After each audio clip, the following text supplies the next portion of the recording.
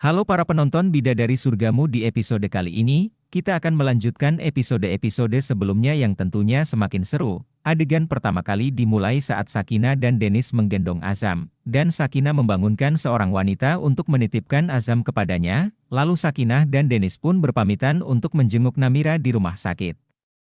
Di sisi lain seorang pria sedang menjenguk seorang wanita yang berada di dalam penjara, lalu wanita tersebut menghampiri sang pria dan memegang tangannya. Pria tersebut memberitahu kondisi Namira yang sudah sadar. Wanita tersebut bersyukur karena Namira sudah sadar.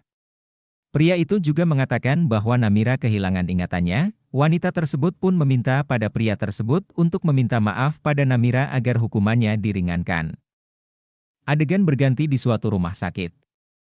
Andrew bertanya pada ibu Namira tentang kondisi Namira. Dengan perasaan sedih, ibu Namira pun mengatakan bahwa Namira sudah sadar dan kehilangan sebagian ingatannya.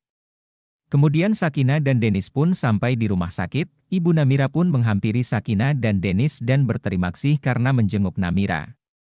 Sakinah pun masuk ke dalam ruang rawat Namira. Namira sedikit heran melihat Sakinah memakai kerudung. Namira pun mengira bahwa Sakinah menggunakan kerudung agar Dennis mengira keluarga Sakinah adalah keluarga baik-baik, dan Dennis pun mau menemui Namira. Namira berharap bahwa Dennis akan melamarnya. Mendengar hal itu, Sakinah merasa sedih. Bagaimana jika Namira tahu bahwa Dennis sudah menikah dengan Sakinah? Setelah itu Sakinah berpamitan pada Namira untuk keluar. Sakinah pun bercerita kepada mereka tentang keadaan Namira saat ini, di mana Namira hanya mengingat hal saat Sakinah menyusul Dennis. Dennis pun merasa curiga kepada Namira bahwa Namira sedang berpura-pura lupa ingatan. Pendapat itu pun ditegur oleh kedua orang tua Namira.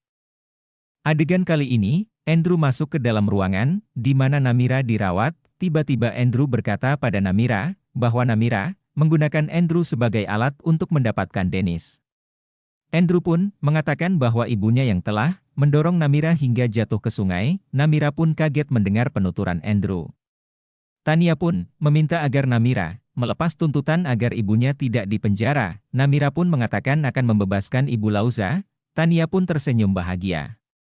Andrew pun ingin pergi namun Namira menahan Andrew yang mau pergi. Andrew pun mengurungkan niatnya, lalu Namira meminta kesempatan pada Andrew agar Andrew tidak menceraikan Namira. Namira ingin menebus semua dosa-dosanya yang telah Namira lakukan sebelumnya.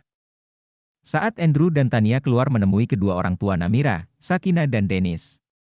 Andrew mengatakan hal yang dikatakan oleh Namira. Dennis yang mendengar itu mengira bahwa ini semua adalah jebakan dari Namira. Ibu Namira pun meminta pada Andrew untuk tidak menceraikan Namira. Andrew pun berkata akan memikirkan hal tersebut. Karena hal ini tidak gampang bagi Andrew untuk menerima Namira kembali, sesampainya Andrew di rumah dia pun menemui papahnya. Papa Andrew yang sedang melamun pun kaget melihat kedatangan Andrew. Papa Andrew pun bertanya situasi di rumah sakit.